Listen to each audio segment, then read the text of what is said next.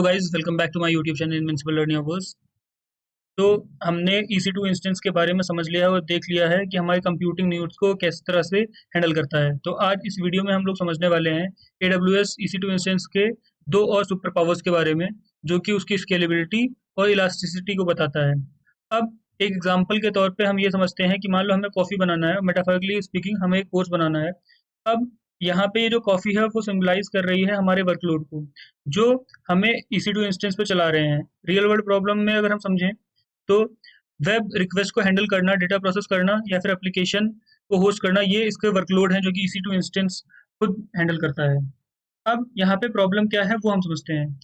जब कभी भी हम किसी भी एक बिजनेस को अगर हम चला रहे होते हैं तो एक टाइम आता है जब हमारे पास रश बहुत ज़्यादा रहता है, पीक आवर्स रहते हैं, और एक हमें एवरेज हमें पता है कि कितने लोग आते हैं और जाते हैं। लेकिन जब पीक टाइम आता है तो हमारा जो रश है वो बढ़ जाता है, लेकिन नॉर्मल टाइम में वो नॉर्मल रहता है या फिर लो टाइम में वो बहुत ज़्यादा कम रहता है। तो अब सवाल ये आता है कि क्या हमें जो हाई जब हम लोग EC2 इंस्टेंस की बात करते हैं कि जब ट्रैफिक ज़्यादा आए तब के हिसाब से हमको एक ज़्यादा कैपेसिटी का EC2 इंस्टेंस लेना चाहिए, या फिर हमें एक छोटा इंस्टेंस लेना चाहिए एवरेज के हिसाब से। लेकिन वो एक रिस्की ऑप्शन होगा, क्योंकि जब कभी भी हमारे ऊपर लोड बढ़ेगा तो हमारा जो सिस्टम है वो डैमेज हो सकता है। तो इसका जो तोड़ निकाला AWS ने वो ये निकाला कि AWS जिस तरह की रिक्वायरमेंट होगी उसके अकॉर्डिंग वो चलेगा। अगर हमारे पास नीड ज़्यादा है तो फिर उसी के हिसाब से EC2 इंस्टेंस अपनी कैपेसिटी को बढ़ा लेगा, और अगर हमारे पास ये जो रिक्वायरमेंट है या फिर ट्रैफिक है वो कम हो जाता है तो वहाँ पे वो EC2 इंस्टेंस को कम कर देगा। तो इससे फ़ायदा क्या होगा कि जो तुम्हारा कस्टमर है वो खुश रहेगा, और हमारी सर्विसेज हमेशा अवेलेबल रहेगी, और ये तुम्हारे कॉस्ट में भी काफ़ी ज़्यादा अच्छा रहेगा। तो यही होती है AWS की स्केलेबिलिटी और इलास्टिसिटी, जो कि जब रिक्वायर्ड हो, जब अवेलेबिलिटी हो तब उसकी कैपेसिटी को बढ़ा दे, और जब अवेलेबिलिटी खत्म हो जाए तो उसकी कैपेसिटी को कम कर दे। इससे तुम्हारा कॉस्ट भी ऑप्टिमाइज हो गया, तुम्हारी एफिशिएंसी भी बढ़ गई है। अब हम एक एग्जांपल लेते हैं और समझने की कोशिश करते हैं कि किस तरह से काम चलता है। तो यहाँ पे एक कॉफ़ी शॉप है। कॉफ़ी शॉप में एक मॉर्गन है जो कि काउंटर को संभाल रहा है, और रेडी है जो कि ड्रिंक्स बना रही है। ये दोनों मिलकर स्मूथली ऑपरेशन रन कर रहे हैं। अब मान लो मॉर्गन किसी दिन बीमार पड़ गया, यानी इंस्टेंस डाउन हो गया, तो बिजनेस रुक जाएगा जब तक रिप्लेसमेंट नहीं आएगा। AWS के वर्ल्ड में ऐसा नहीं होता है। आप ऑटोमेटिकली एक नया इंस्टेंस लॉन्च कर सकते हो, बिल्कुल मॉर्गन की कॉपी। तो अगर एक फेल हो जाए तो दूसरा रेडी है को कस्टमर का एक्सपीरियंस बिल्कुल स्मूथ रखने के लिए। अब यही कॉन्सेप्ट आता है हाई अवेलेबिलिटी का। जब आप अपने EC2 इंस्टेंस को मल्टीपल अवेलेबिलिटी जोन में डिप्लॉय करते हो तो एक जोन डाउन हो जाए तो दूसरा लोड ले लेता है, यानी no single point of failure. अब इसके बाद हम लोग डिस्कस करते हैं कि स्केलिंग किस तरह से काम करता है। अब तक हमने नॉर्मल ट्रैफिक हैंडल किया, लेकिन जब रश हो आवर्स हो जाए या डिमांड बढ़ जाए तब क्या करते हो? यहाँ आता है स्केलिंग का कॉन्सेप्ट। स्केल अप और scale down. Scale up horizontally scale करता है। हॉरिजॉन्टली स्केलिंग का मतलब है ज़्यादा मशीनें ऐड कर देना और इंस्टेंस लगा के उनसे पैरेलली काम लेना। और स्केल अप का मतलब है वर्टिकल स्केलिंग। इसका मतलब है कि एक ही मशीन की पावर को बढ़ा दो, मतलब उसकी रैम को, CPU को, या स्टोरेज बढ़ा दो।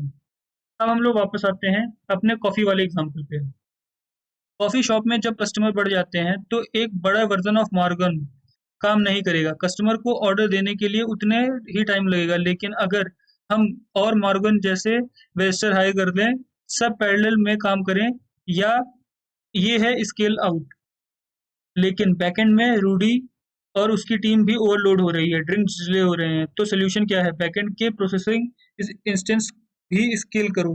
ये है ट्रूली इलास्टिक। और हाँ, हर कंपोनेंट अपने लोड के हिसाब से स्केल होता है। अगर बैकएंड आइडियल है तो अननेसेसरी इंस्टेंस क्यों रहेगा? यही AWS का मैजिक है, इंडिपेंडेंट स्केलिंग।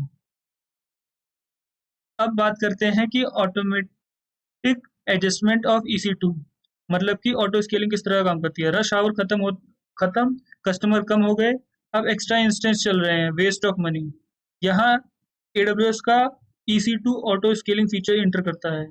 ये ऑटोमेटिकली न्यू इंस्टेंस लॉन्च करता है जब डिमांड बढ़ती है, और उन्हें टर्मिनेट कर देता है जब डिमांड गिर जाती है। मतलब आपके पास हमेशा राइट नंबर ऑफ इंस्टेंस रहते हैं, ना ज़्यादा ना कम। अब ये बात करता हूँ एक और क्या कहते हैं बहुत ही अच्छे सर्विस के बारे में, जो कि है अमेज़न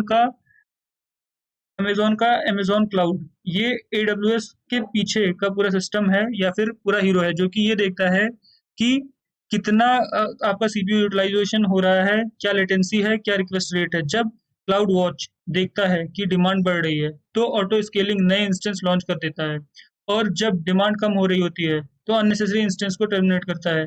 एवरीथिंग हैपन ऑटोमेटिकली, हर घंटे, हर दिन, हर मोमेंट। तो सिंपल शब्दों में एडब्ल्यूएस की स्केलेबिलिटी और इलास्टिसिटी का मतलब है कि आपका इंफ्रास्ट्रक्चर हमेशा ऑप्टिमाइज्ड और रिस्पॉन्सिव रहता है।